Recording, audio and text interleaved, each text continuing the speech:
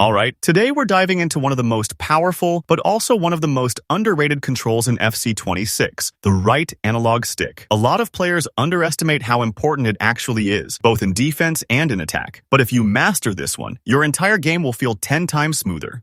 Let's start on the defensive side. The right analog stick is your manual switching tool. It lets you change control from the player you're currently using to another one nearby, fast and precisely. So instead of relying only on L1, which sometimes picks the wrong player and ruins your shape, the right stick gives you full control. Now, how it works depends on your settings. If you're using ball relative, you flick the stick from the ball toward the player you want to switch to. But if you're on player relative, you flick it from the player you're currently controlling toward the one you want next. You'll start intercepting passes, closing down attackers faster, and defending like an elite player. So yeah, it's one of the most important buttons for defending, period.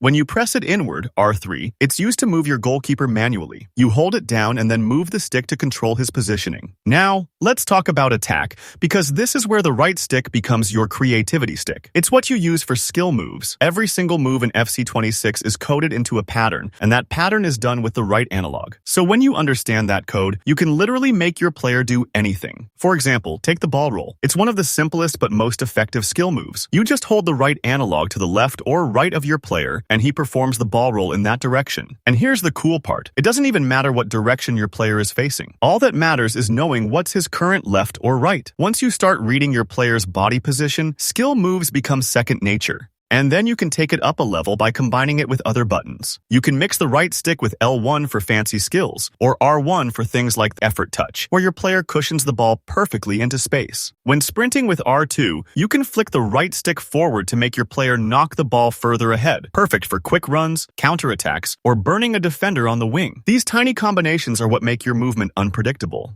During throw-ins, you can flick the right analog toward the teammate you want to target to select your receiver. And in set pieces like free kicks or corner kicks, it's used to fine-tune and adjust the angle or curve of the ball's trajectory for more precise delivery. And don't forget, the right analog itself is also a button. When you push it inward and hear that click, that's called R3. When you press R3, your player flicks the ball up, and from there, you can do some crazy stuff like volleys, spin flicks, or set up a shot fast.